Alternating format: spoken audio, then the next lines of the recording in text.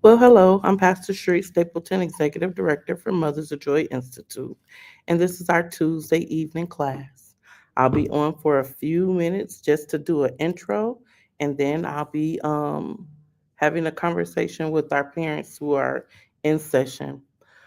For those of you who don't know, we run Mothers of Joy Institute for Parenting and Family Wellness. We do what's called a trauma informed approach to parenting. And today we are ending our winter cohort, and we're just having a conversation regarding what we've done for the past 3 months um, from the beginning of our winter session. So, without further ado, I have a small video because I try to have something where you all can be engaged until you decide to come and be with us. So, here we go.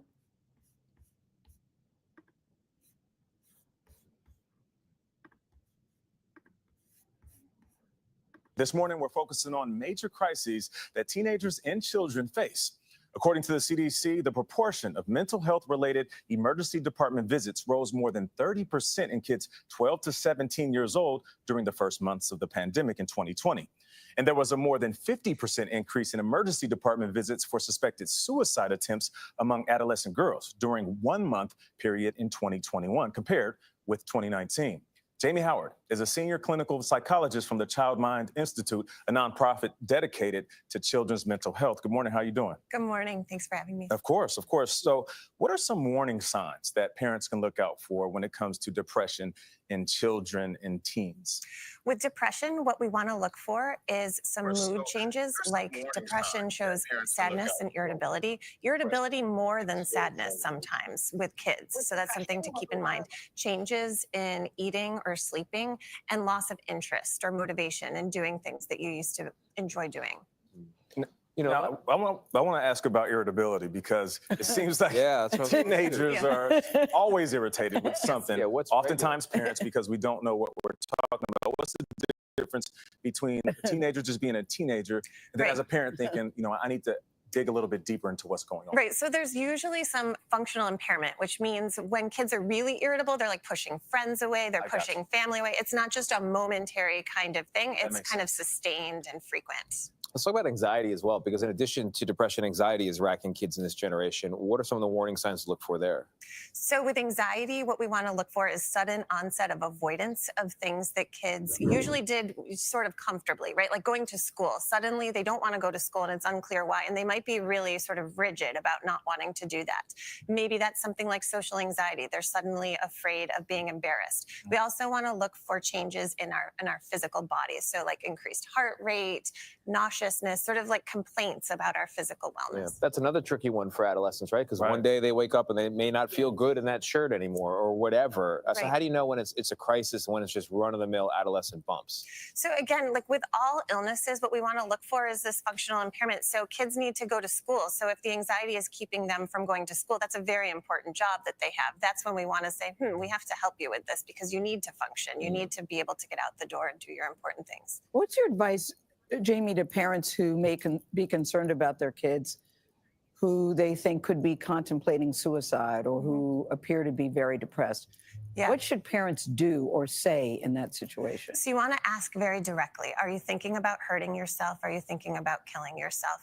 That always seems awkward, though, because you think that are you planting a seed or is it seems like an very volatile question to ask. But all the experts we've talked to say you have to be that direct about it. You want to be really direct. And you want to say it in a calm, empathic way. So it's not like an accusation. It's an extension of a conversation. I've noticed you haven't been feeling like so good lately. You haven't seemed like yourself.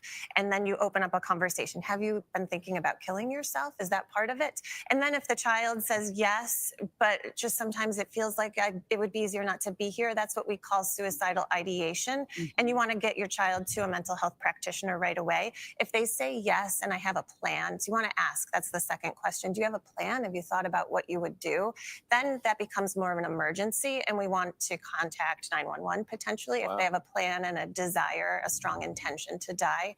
You can also call the National Suicide Helpline, 273-TALK, because they can help you sort that out if you're having a hard time as a parent. Are there certain ages that you think are more vulnerable or more susceptible to this? Is it boys or girls, or is there an age? It's girls and teenagers are more likely to die by suicide, and the rates are going up steadily over the past decade and a half, even before the pandemic.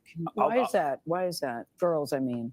So there's a few different hypotheses about it. Part of it is the developing brain and the changes with onset of puberty, and part of it is a sociological explanation of some of the pressures of being a young girl. I'll take this moment to have some transparency, full transparency on the show.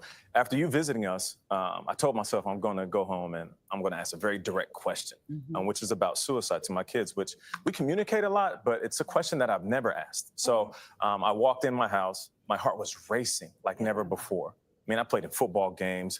We're on this show. We have some very high stakes moments. I'd never had more anxiety or nervousness as a parent. So I walked up to my kids and I went down the line, and they all answered very honestly. And my daughter said something that she never said to me before. She said, you know, I've never thought about committing suicide, but I noticed when my brothers are injured because of sports, they get more attention. And I didn't know that. And I bring this up because if we wouldn't have had this conversation, I wouldn't have walked in and learned that small detail about my daughter, and having a little bit more peace of mind knowing my daughter doesn't have suicidal thoughts.